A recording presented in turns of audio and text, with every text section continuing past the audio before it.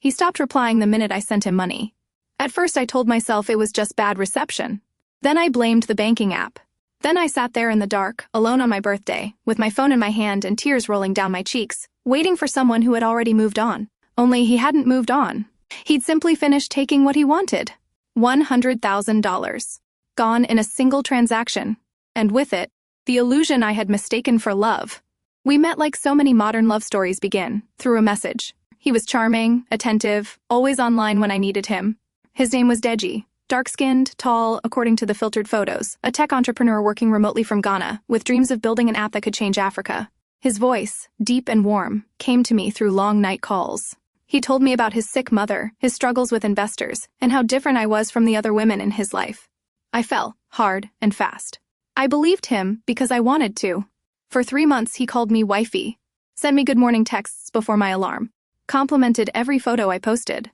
When he said, "Babe, this investor is flying down tomorrow, but my PayPal is frozen. Can you help with the logistics?" I didn't hesitate.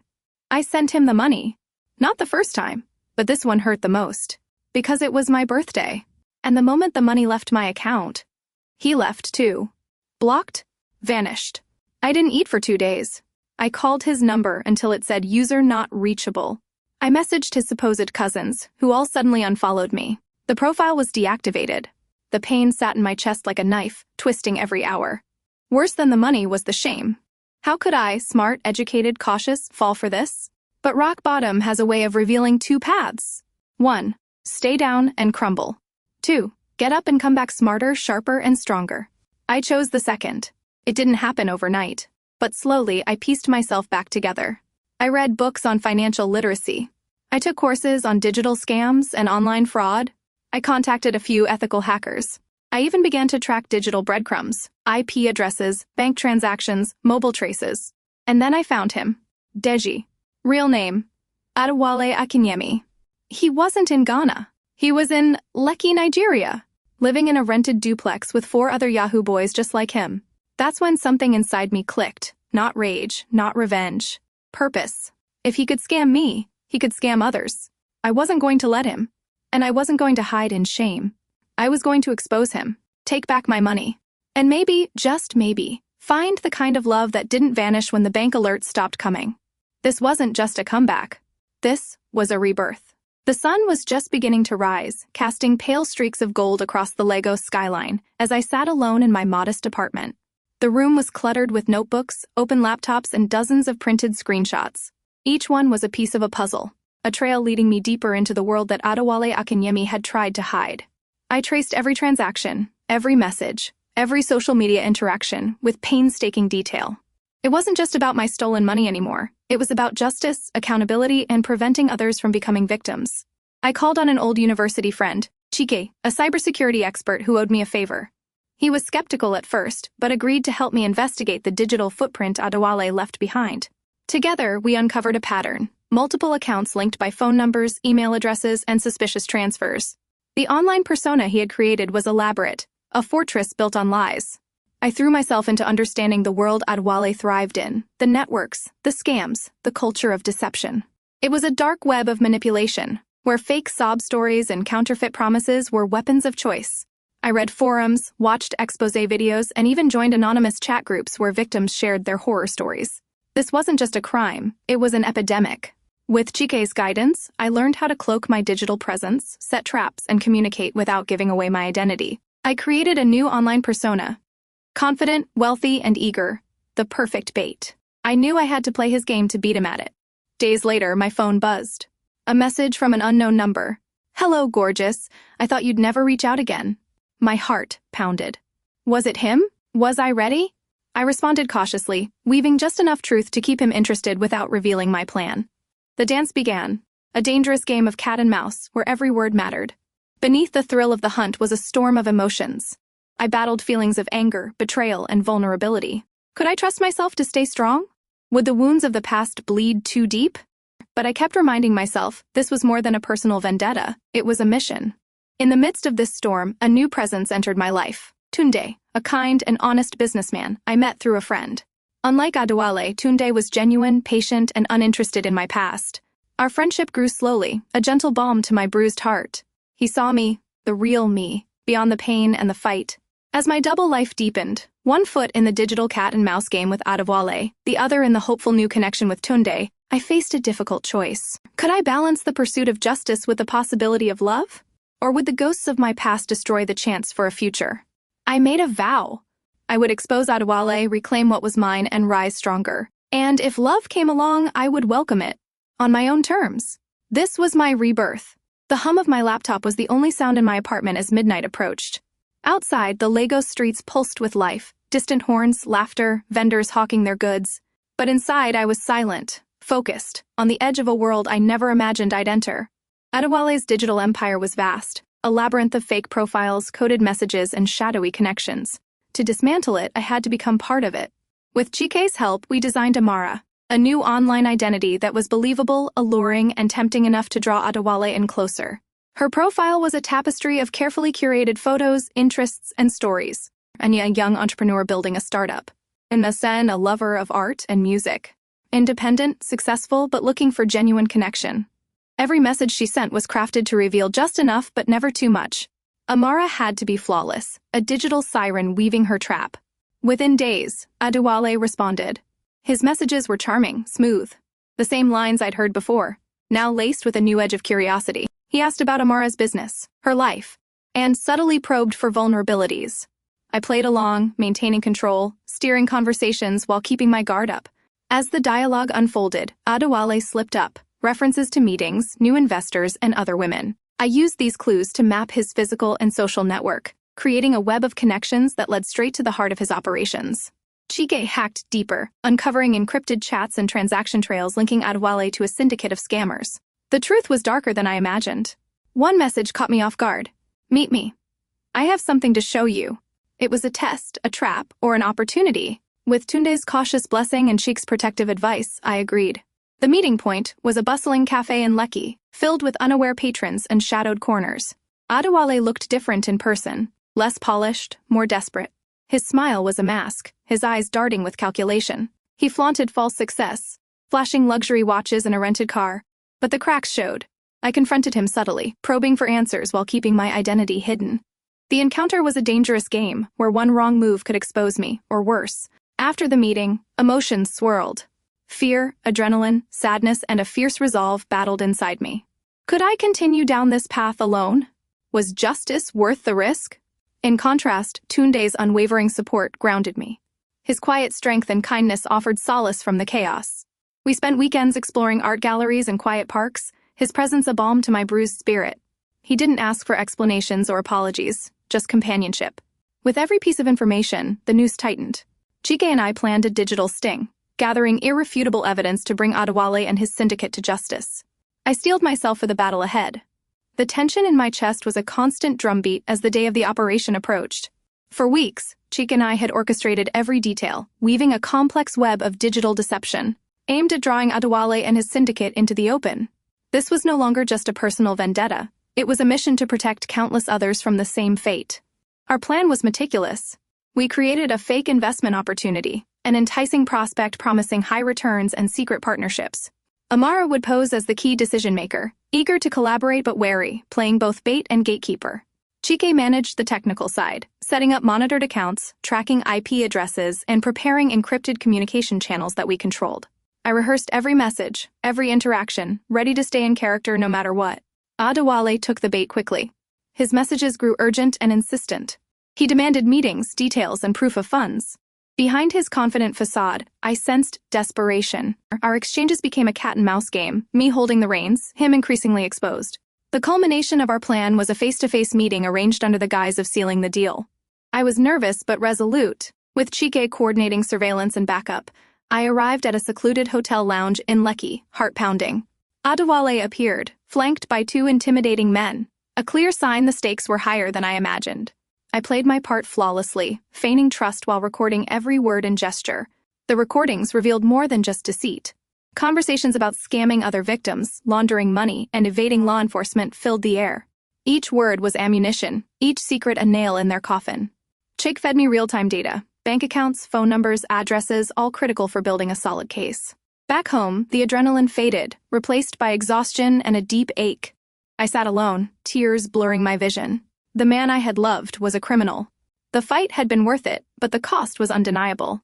Tunde arrived quietly, his presence calming. Without words, he wrapped me in a hug, a reminder that not all love was built on lies. Together, we planned for the future, balancing hope and healing. With the evidence compiled, we handed everything to the authorities. Arrests followed, news of the bust spread rapidly. But my journey was far from over. I was rebuilding, not just my finances, but my trust, my self-worth, and my heart. As spring blossomed, so did my relationship with Tunde. We dreamed aloud of a future filled with honesty, partnership, and joy. I had taken back everything, my money, my dignity, my life, and in that reclamation, I found the truest form of love. The sun streamed gently through the curtains, casting a warm glow over the small sanctuary I had carved out in my apartment. Each ray felt like a quiet promise, a reminder that after every storm comes calm, after every fall, the chance to rise again. The aftermath of the sting operation had left me emotionally raw but resolute. The financial wounds were healing thanks to recovered funds and wise planning, but the emotional scars demanded a different kind of care. I surrounded myself with books on mindfulness, healing, and self-discovery. Therapy sessions became a refuge, a space where I could unravel years of pain and rebuild the foundation of trust, starting with myself. I journaled daily, capturing raw thoughts and quiet victories, allowing my story to unfold in its own time. The fight had sparked a transformation beyond personal boundaries. Empowered by my experience, I launched a consultancy aimed at helping others identify and avoid online scams and fraudulent relationships. My message was clear: knowledge is power and healing is possible. Workshops, online webinars, and support groups followed. Each success story fueled my passion, turning pain into purpose. With Tunde, my life took on a new dimension of joy and partnership. We supported each other's dreams, balancing work and personal time with care. His unwavering belief in me rekindled my confidence and reminded me that love could be gentle, enduring, and true. Together, we explored new hobbies, traveled to serene spots outside the city, and built a life grounded in mutual respect. Months after the ordeal, I organized a small gathering, a celebration not just of my birthday, but of survival, growth, and newfound hope. Friends, family, and new connections filled the room with laughter and warmth. The night was a tapestry of stories shared, bonds strengthened, and memories forged. I stood at the center, no longer the forgotten girl, but a woman radiant with purpose and peace. Life was no longer about reclaiming what was lost, but about embracing what was to come. Each day was a chapter of growth, courage, and joy. I had been reborn from heartbreak and betrayal, rising stronger and wiser. And as I looked ahead, I knew this was only the beginning. The morning sunlight poured through the glass walls of the conference room, illuminating the polished mahogany table where I sat alongside my growing team. Today marked a milestone, the launch of my first full-scale online platform dedicated to educating women about digital safety and emotional empowerment. The culmination of months of planning, collaboration, and tireless work was finally within reach. The countdown clock on the website's dashboard ticked steadily toward zero, while notifications from supporters, clients, and mentors flooded my inbox. The event livestream was scheduled for later that evening, a webinar featuring guest speakers, survivors, and experts. I felt a mix of nerves and exhilaration coursing through me. As the clock struck launch time, I took a deep breath and stepped in front of the camera. The chat exploded with messages of encouragement and anticipation. Every word I spoke, every story I shared, was a thread weaving a community bound by resilience and hope. Just as we celebrated the launch's success, an anonymous email arrived.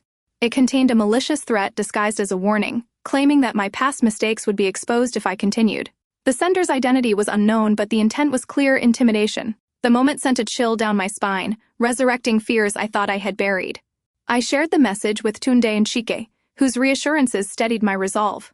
Together, we tightened security measures, reinforced our support networks, and prepared to face whatever came next. The story of my past, the online betrayal, the sting operation, had spread wider than I anticipated.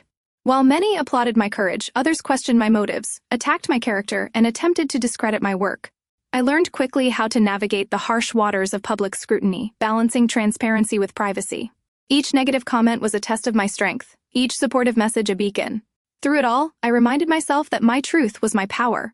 Amid these challenges, my relationship with Tunde grew more profound. His unwavering support was a sanctuary, a constant light in the turbulence. We shared quiet mornings, long conversations, and dreams whispered beneath the stars.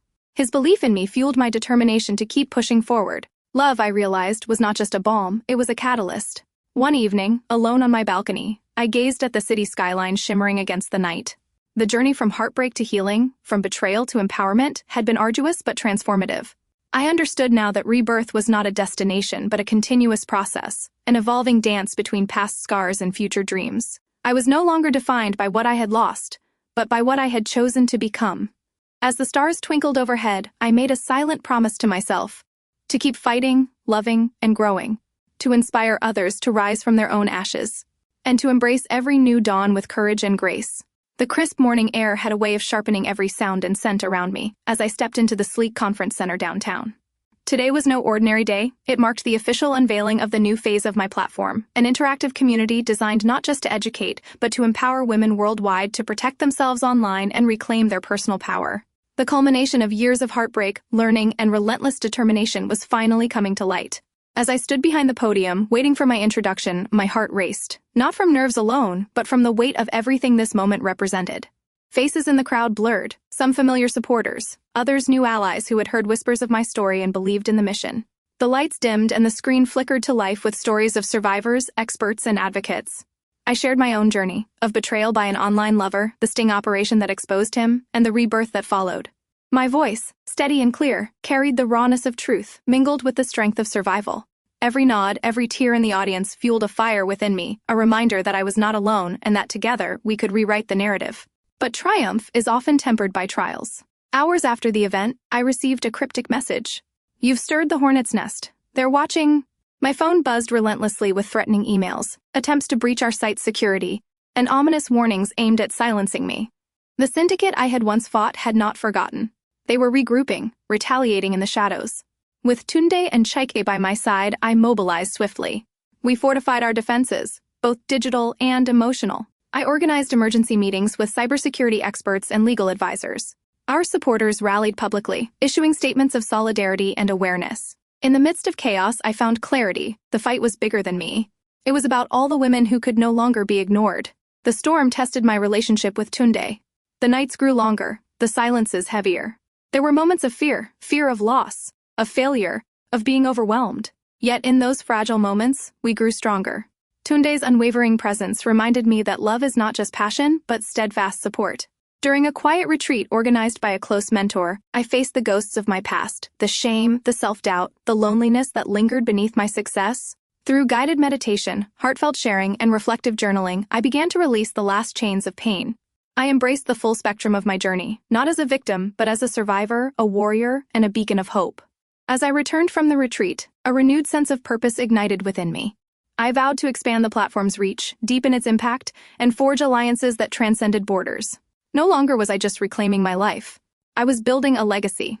Standing at the window of my office that evening, watching the city lights flicker like distant stars, I whispered a promise to keep rising, to keep fighting, to keep loving fiercely. Because rebirth is not a one-time event. It is a lifelong journey, and I was ready for every step. The platform's growth had been nothing short of phenomenal.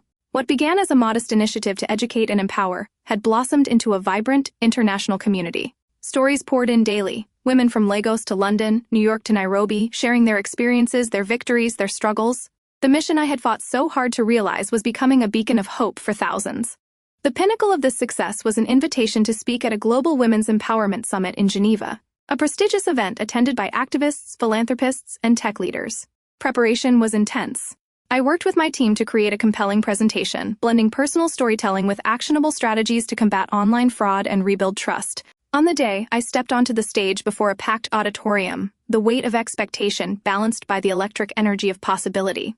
I shared my journey, the pain of betrayal, the courage of rebirth, the power of community. The standing ovation was more than applause, it was affirmation. But just as the spotlight shone brightest, shadows gathered behind it. A trusted team member, someone I had mentored and confided in, began leaking sensitive information to competitors. Contracts, financial projections, internal strategies, all handed over to a rival organization eager to undercut our momentum. The betrayal was staggering. The discovery shook me to my core. I grappled with disbelief, anger, and heartbreak. How could someone I considered family turn against me? The breach threatened to unravel not just the platform, but the fragile trust I had rebuilt in myself and others. Faced with crisis, I summoned every ounce of resilience. I convened an emergency meeting, transparently sharing the breach with my team and supporters. We fortified security protocols, renegotiated contracts, and initiated legal proceedings. More importantly, I reaffirmed our shared vision, reminding everyone why we fought. My role as a leader was no longer just about success. It was about inspiring courage in adversity. Throughout the turmoil, Tunde remained my rock. His steady belief and unwavering support helped me navigate the storm. We found solace in quiet moments away from the chaos, long walks, shared meals, and whispered hopes. Our bond grew deeper, grounded in trust and mutual respect. In the stillness of a solitary evening, I confronted my own fears and vulnerabilities. Forgiveness, not just for the betrayer but for myself, became a pivotal act of healing. I embraced imperfection and uncertainty as integral parts of the journey. This acceptance became a wellspring of strength. With renewed clarity, I set ambitious goals: expansion into underserved communities, partnerships with governments and NGOs, innovations in technology to protect and empower. My journey was evolving, from personal rebirth to global impact. Standing at the window of my office, gazing at the endless city lights, I felt a profound peace. The scars I bore were badges of honor. The battles I fought were chapters in a story of transformation. And as the dawn approached, I whispered to myself, I am not defined by betrayal. I am defined by my power to rise. The quiet hum of early morning filled the room as I sat by the window, a journal open before me. Outside, the city was slowly waking, traffic trickling in, shops pulling down their shutters, birds beginning their songs. It was a moment of stillness I treasured, a time to look back on the path I had traveled. This journey, from heartbreak to healing, from deception to empowerment, had shaped every fiber of who I was. I traced my finger along the worn pages, filled with stories of pain, resilience, and triumph. There were days when the weight had felt unbearable, nights spent questioning if I was strong enough to continue. The sting of betrayal had left scars that still throbbed, but it had also given me wisdom and compassion I never knew I possessed. I thought of the faces: Tunde's unwavering eyes, Chike's steadfast support, Elena's creative fire, and the countless women whose stories intertwined with mine. I smiled at the memory of the first time a woman messaged me saying, "Your story gave me the courage to walk away."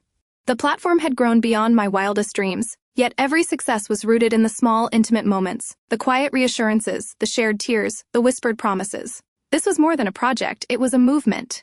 My reunion with my mother had become a source of unexpected grace. Through patience, honesty, and forgiveness, we were weaving a fragile new tapestry of family. The birthday celebrations I once faced alone were now filled with laughter and love, with Tunde by my side and friends who had become family. Tunde's love was no longer tentative. It was a steady flame, warm, bright, and enduring. We built a partnership based on respect, honesty, and shared dreams. Together, we looked toward a future that promised growth and joy. I had begun mentoring young women, not just survivors, but visionaries eager to shape their own futures. Through workshops, personal coaching, and storytelling, I passed on the lessons of my rebirth, strength in vulnerability, power in truth, and freedom in forgiveness. As dawn broke, flooding the room with golden light, I closed my journal. The story was far from over. Each day was a new chapter, a chance to grow, love, and inspire. I was no longer the girl deceived by a gold digger. I was the woman who reclaimed her life, her love, and her legacy. Standing at the edge of a new chapter, I breathed deeply, feeling the weight of the past lift from my shoulders. The scars remain, not as reminders of pain, but as badges of resilience. Each one tells a story of survival, courage, and rebirth. I've walked through darkness and emerged into light. I've reclaimed not just my stolen money, but my dignity, my trust, and my heart. Love has found me again, not the illusion I once chased online, but something real, steady, and healing. The woman who was ignored, deceived, and broken is gone. In her place stands someone stronger, wiser, and fiercely whole. This is my truth, my victory, my rebirth. And as I look toward the horizon, I know my journey is just beginning. Hey everyone! Thanks for watching. If you loved it and you would love for more, kindly comment below. Don't forget to like, subscribe, and hit that bell icon for more amazing content. Drop a comment with your favorite moment, and I'll see you in the next one.